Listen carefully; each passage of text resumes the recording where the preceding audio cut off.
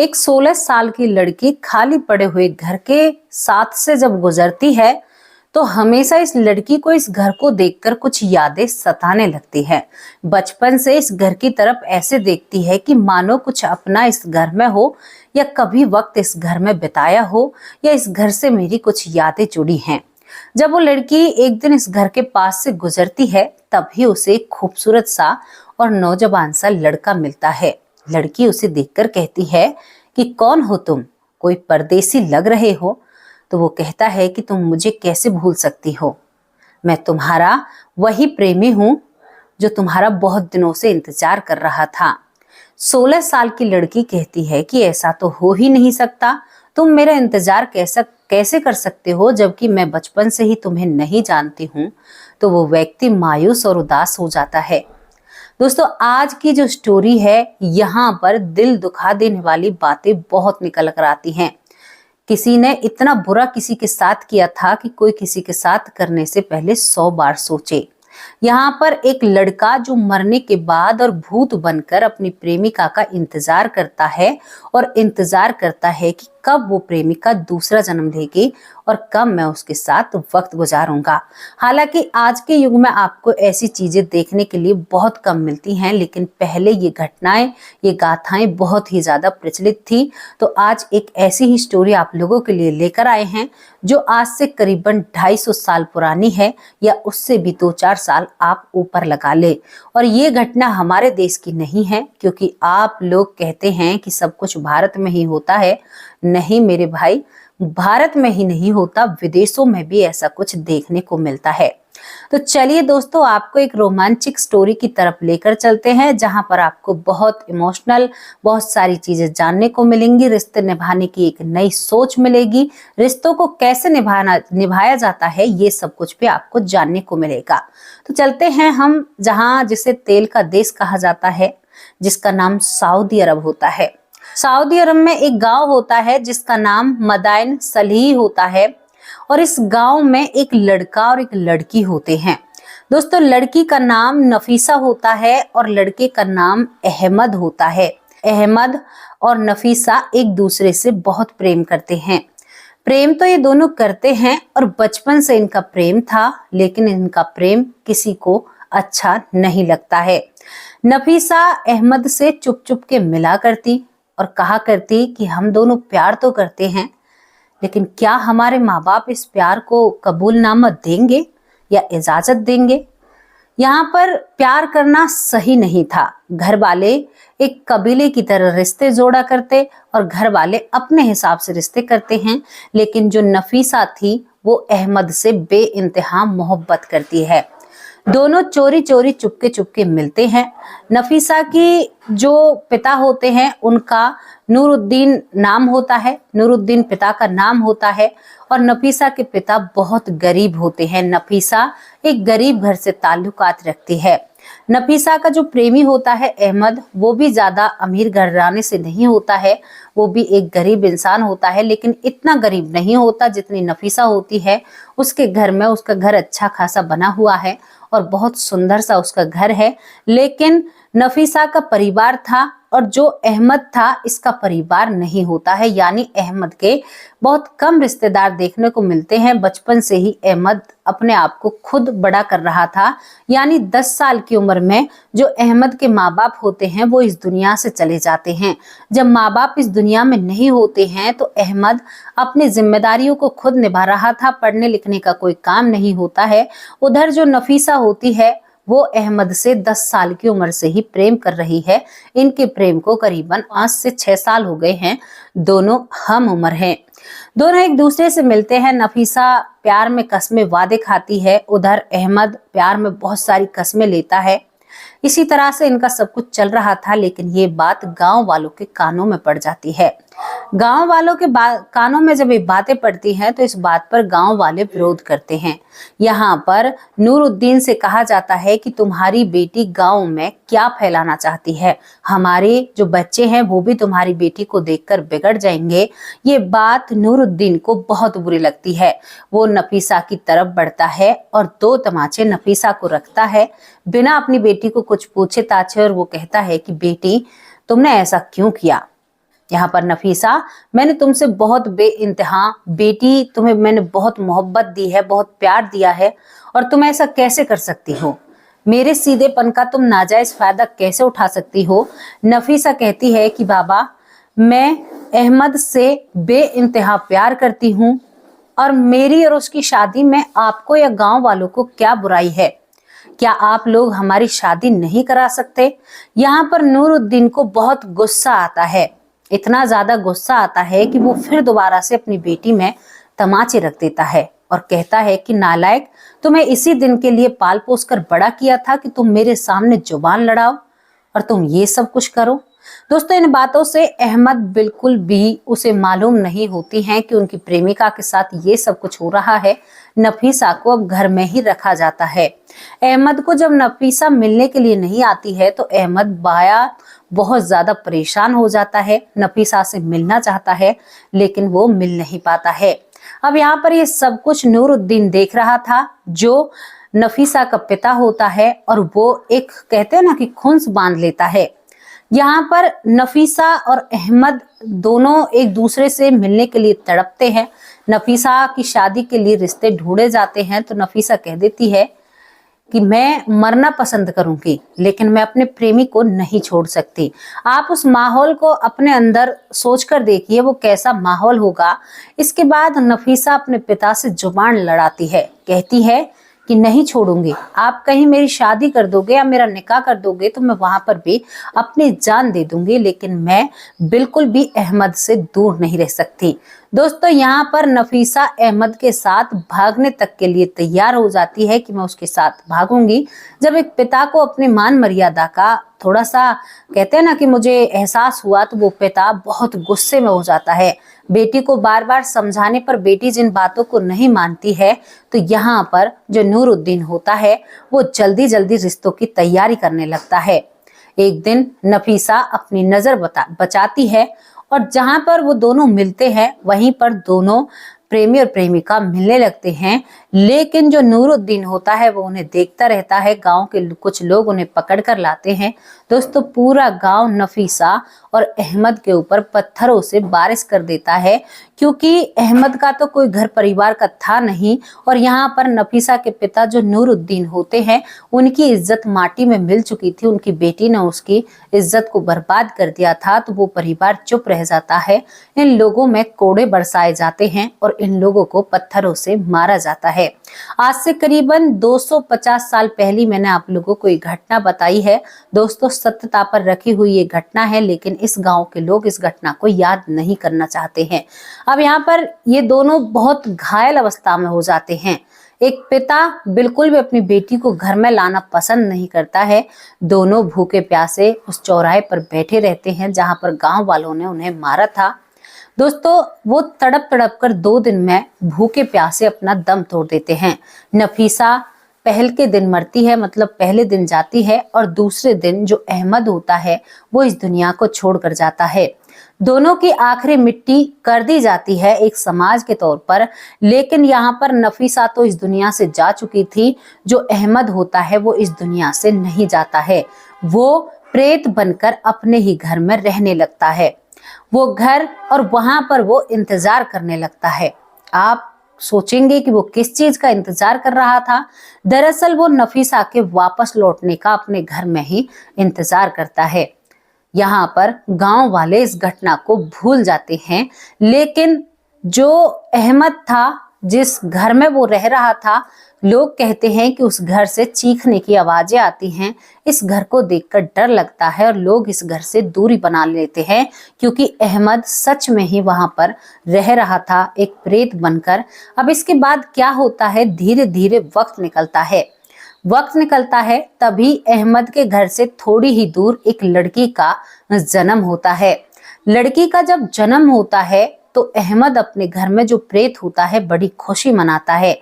वो लड़की एक निशान के साथ पैदा हुई थी। उसके सर पर निशान थे, उसके हाथों पर निशान थे। उसकी माँ इन निशानों को देखकर घबरा जाती है।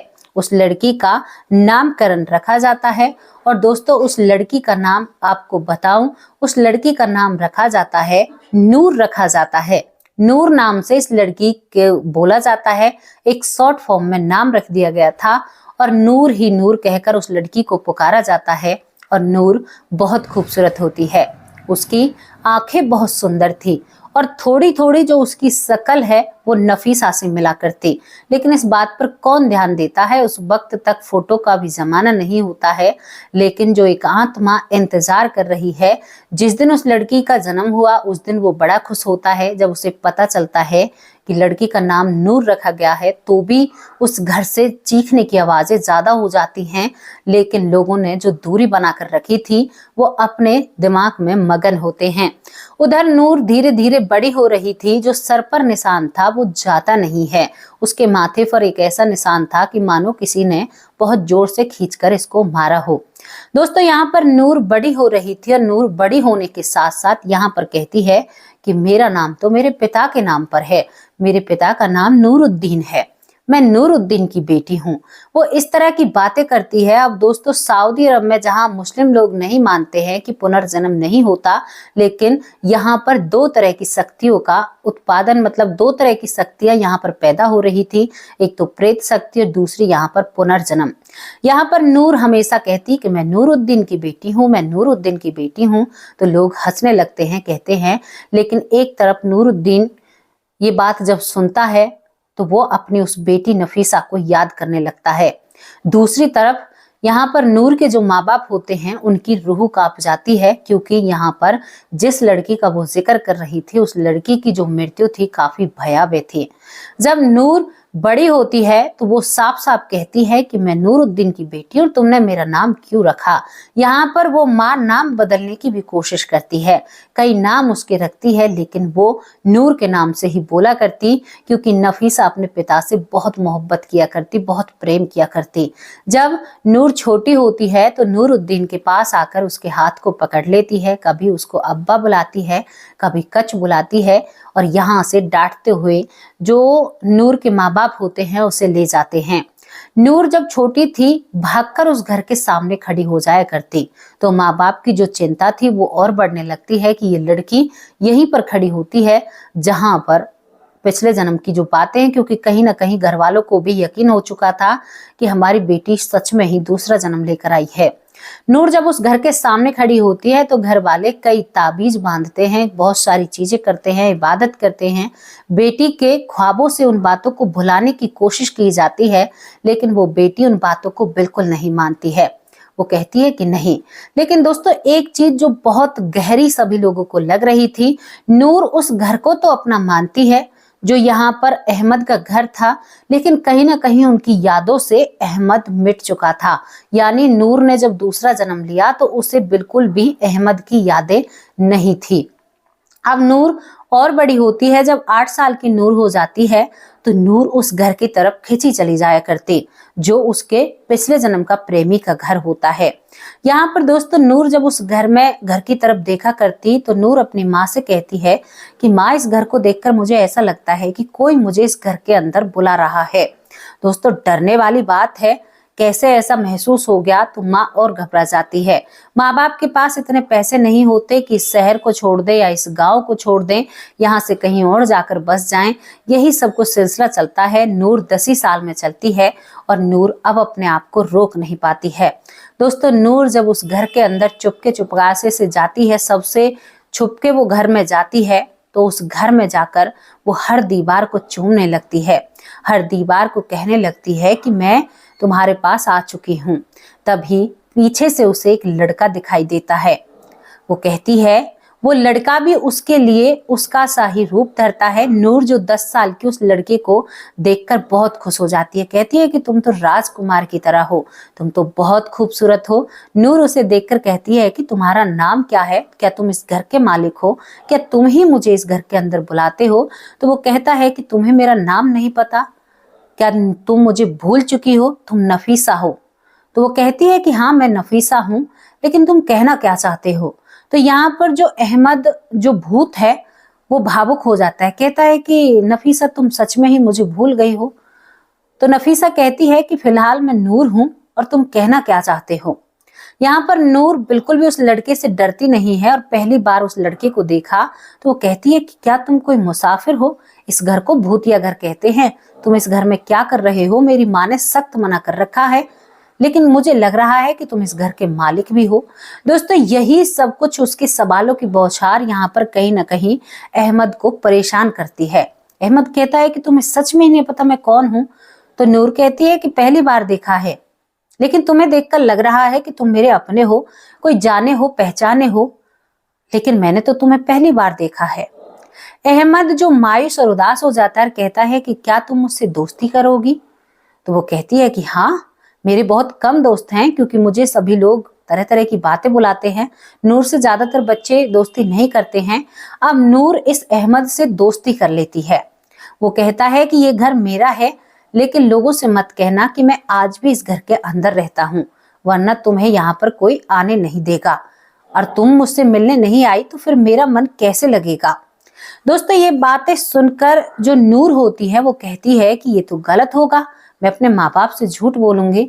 तो यहाँ पर अहमद कहता है कि नहीं, अगर तुम्हें मुझसे मिलना है तो तुम्हें ये झूठ तो बोलना ही होगा। नूर कहती है कि ठीक है, तुम्हारे लिए इतना तो कर सकती हूँ। अब नूर का उससे रोज मिलना हो जाता है, लेकिन नूर एक दिन भी ये नहीं कहती है। अहमद उसे बहुत पुरानी बातों को याद दिलाने की कोशिश करता है। नूर अपनी माँ की नजरों से चुपके चुपके उस घर में जाया करती और यहाँ पर अहमद से ढेर सारी बातें करती है। धीरे धीरे नूर को लगता है कि मैं तुम्हें कहीं ना कहीं तो जानती हूँ, तुम्हें देखकर अपनापन सा महसूस होता है। नूर जब उसकी पहला जो कहते हैं ना कि नूर जब बड़ी होती है तो नूर यहाँ पर कहीं ना कहीं इस अहमद को पसंद करने लगी थी, और ये अहमद जो प्रेत होता है। नूर जब 16वीं साल में चलती है तो दोस्तों, अब यहाँ पर अहमद का प्रेम नूर के सर पर चढ़कर बोलने लगता है। जिस तरह से नफीसा कहा करती थी ना कि मैं चाहे मर जाऊं लेकिन मैं शादी इसी से करूंगी। नूर उससे मिलने आती है और कहती है कि मुझे अहमद तुमसे शादी करनी है, और ये बात मैं अपने माँ बाप से करूंगी क्योंकि हमारे इसमें शादियां जल्दी हो जाती हैं। अहमद कहता है कि नहीं नूर, हमारी शादी नहीं हो सकती, मैं और तुम एक साथ चलेंगे, मैं तुम्हारा बहुत दिनों से इंतजार कर रहा था। और यहाँ पर अब जब वो इतनी जिद करने लगती है तो अहमद पूरी सच्चाई नूर के सामने रखता है। कहता है कि नूर, तुमने दूसरा जन्म लिया है, पहले जन्म में तुम नफीसा सी, हमारी मोहब्बत को इस तरह से मिटाया गया। तो यहाँ पर कहीं ना कहीं नूर भी क्रोधित हो जाती है, गुस्से में आ जाती है कि कोई इतना निर्दयी कैसे हो सकता है, गांव वाले लोग इतने बुरे हैं, मैं तो इन्हें बहुत अच्छा समझती थी।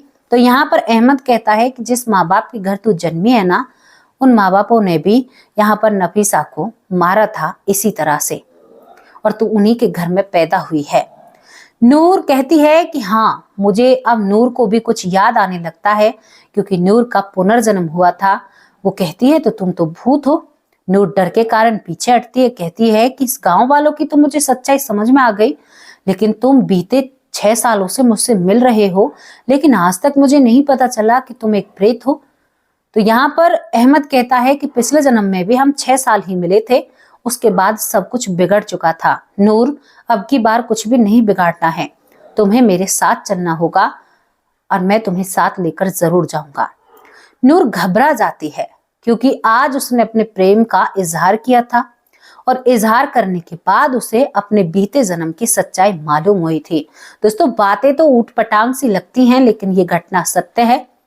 इस घटना को सऊदी अरब के लोग ही झुटलाते भी हैं, सत्य भी बताते हैं, कोई कुछ कहता है क्योंकि लिखित रूप में इसका कोई भी प्रमाण नहीं है, लेकिन ये घटना एक चर्चित तौर पर बहुत ही ज्यादा कहते हैं ना कि आसपास फैली हुई है।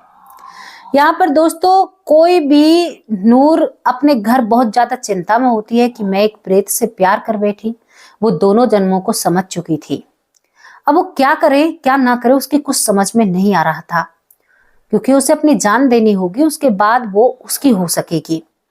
यहाँ पर नूर सोचती है कि मैं जान दूंगी तो मैं भी उसी की तरह जीऊंगी, मेरा दूसरा जन्म हुआ है, क्यों ना उसे ही ऐसा किया जाए जो उसके साथ अच्छा हो, क्योंकि उसकी आत्मा भटक रही है, उसकी आत्मा को शांति नहीं मिली है। नूर इस तरह से सोचती है।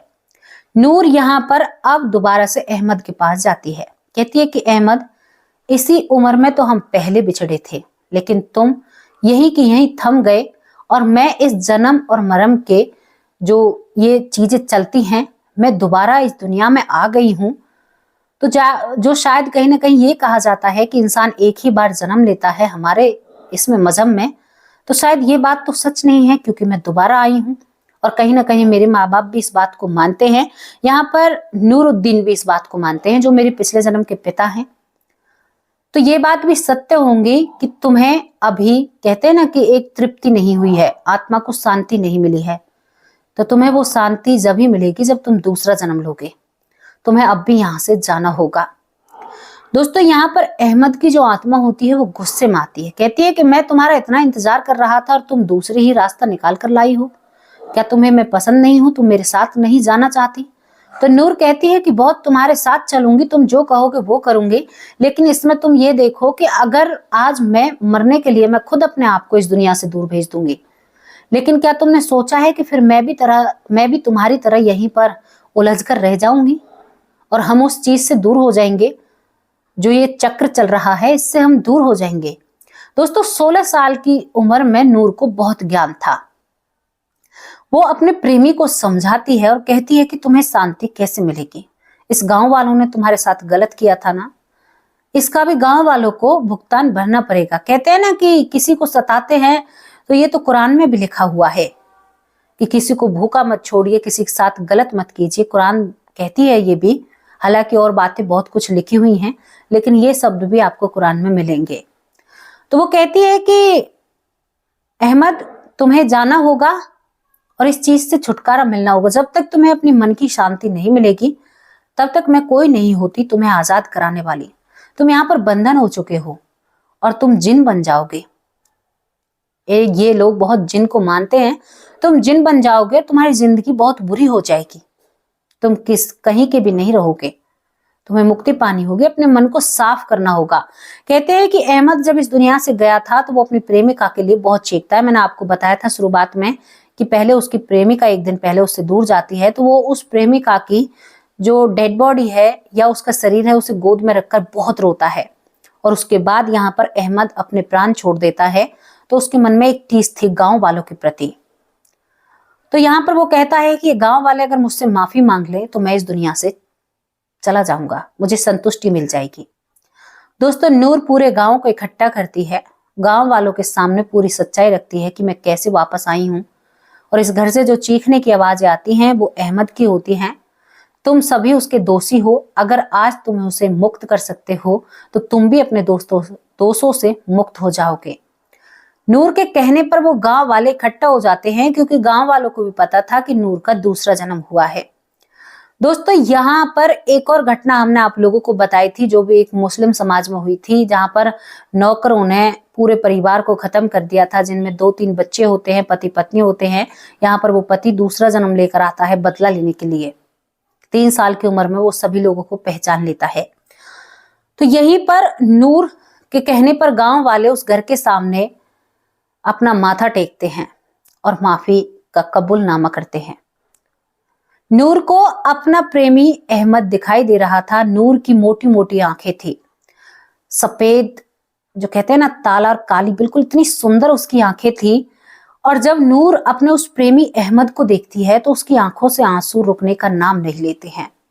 पूरा गांव खड़ा होकर ये सब कुछ देख रहा था। और जो नूर का प्रेमी अहमद होता है, जो नफीसा का प्रेमी अहमद होता है, वो यहां से जाने में कामयाब हो जाता है। नूर के कहने पर जो गांव वालों ने किया था, उससे एक आत्मा जो बंधन हुई पड़ी थी या कुछ दिन बाद वो जिंद का रूप ले लेती, जिन बन जाती, उस आत्मा को मुक्ति मिल जाती है और वो अल्लाह की गोद में समा जाती है। दोस्तों, नूर ने एक इतना अच्छा काम किया था। हालांकि वो 1 साल तक करीबन इसी सोच में रहती है कि मैं अहमद के बिना कैसे रहूंगी, लेकिन वो अपने मन को संभालती है और हमेशा उस घर को देखकर अहमद का चेहरा उसके सामने आया करता है। कहते हैं कि नूर ने उसके बाद शादी नहीं की।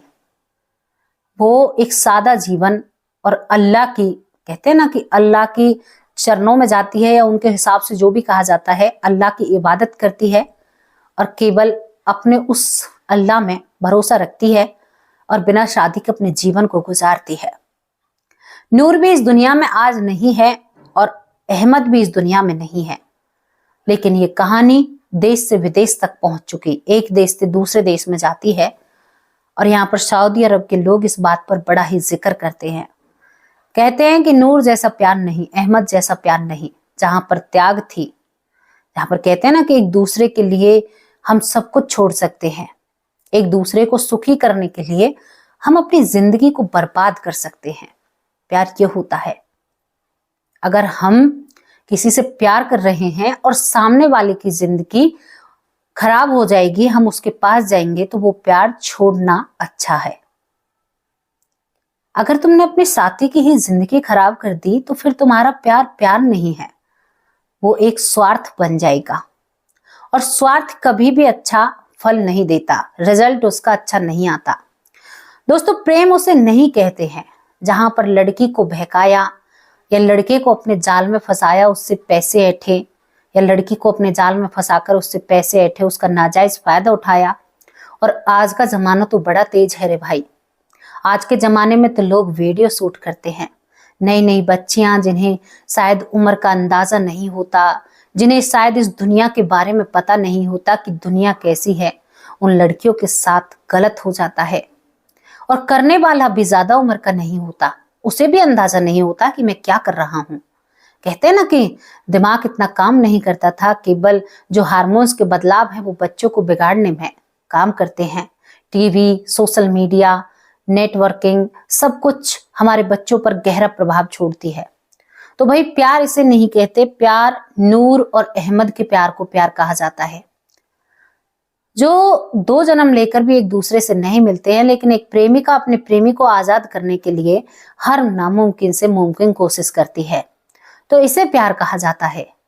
प्यार पता है कि हमारा जो साथी है या जिससे हम प्यार करते हैं, एक आप लगा लीजिए कि जैसे कि हमारा पति हो, अगर हमारे पति को थोड़ी सी भी कहीं पर दुख या तकलीफ होती है तो शायद हमारी जान पर बनाती है, हमें तकलीफ दुगनी होती है। लगता है कि इनको कुछ नहीं होना चाहिए, चाहे हमें कुछ भी हो जाए, क्योंकि इनके सहारे हम रह रहे हैं।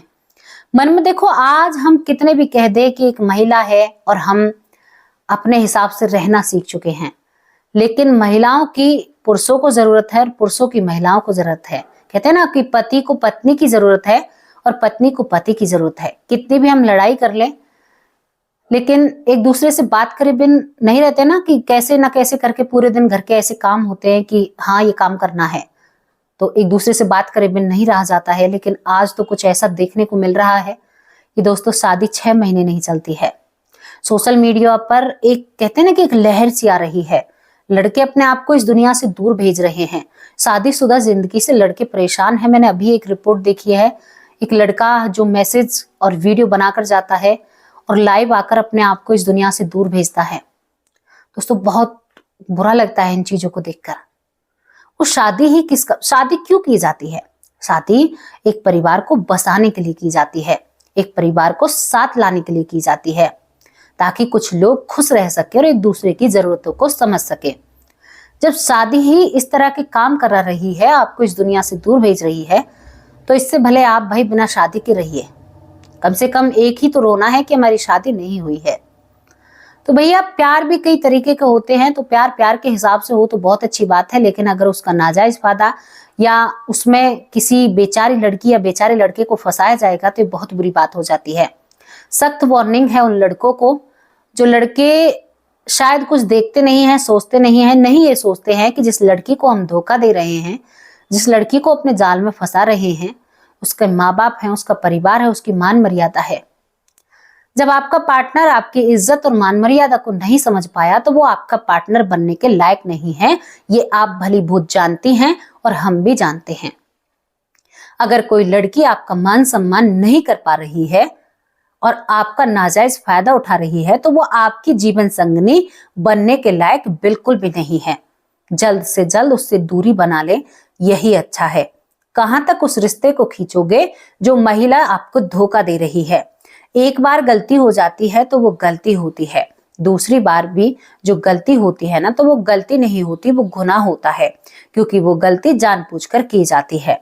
तो दोस्तों ये स्टोरी आपको कैसी लगी, जो लव से भी जुड़ी है, जो प्रेम कहानी है, जिसमें पुनर्जन्म भी है और जिसमें आप लोगों को एक प्रेत की झलक भी देखने को मिलती है? तो इस पर आपकी जो भी राय है अपनी राय कमेंट बॉक्स में जरूर रखना।